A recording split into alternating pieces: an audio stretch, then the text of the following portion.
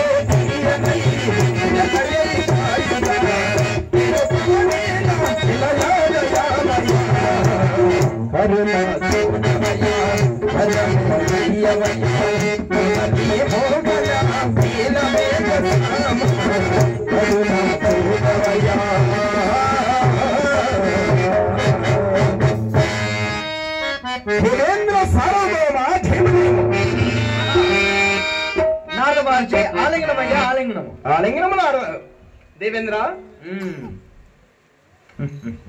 ఇలా నాడు ఈ సభ ఏర్పరిచిన కారణమేమో మీకు తెలియనా? దేవనాథ, అష్టదిక్పాలకులు సప్తఋషులు విశ్వామిత్ర వశిష్ఠ మహర్షులు కూడా విచ్చేసి ఉన్నారుగా. అవును, మరి వీరందరికీ ఆహ్వానాలు పంపి ఉన్నారుగా. కారణమేమో తెలుసుకోవచ్చునా దేవనాథ? కారణము లేకపోలేదయ్యా, కారణం ఉండే అందరినీ ఆహ్వానించాను. ఏమిటి దేవేంద్ర? చిరకాలం నుండి నా మనమున ఒక చిన్న కొరంత ఉన్నదయ్యా. నీ మనమున ఒక కోరిక? అవును. అది ఏమిటి దేవనాథ? అదేమనగా తన సామ్రాజ్యము పోవనే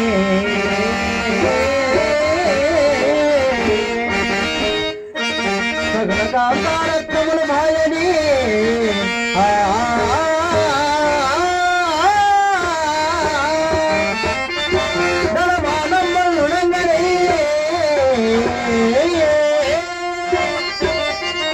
ప్రజల బాధ తన బాగెప్పని అనగా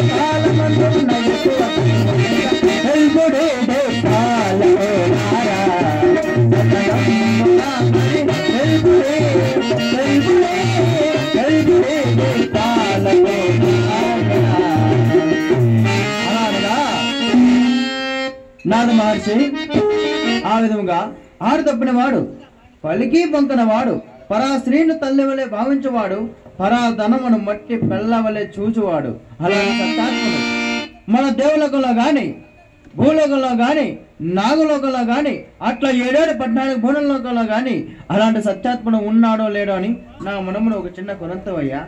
ఒకవేళ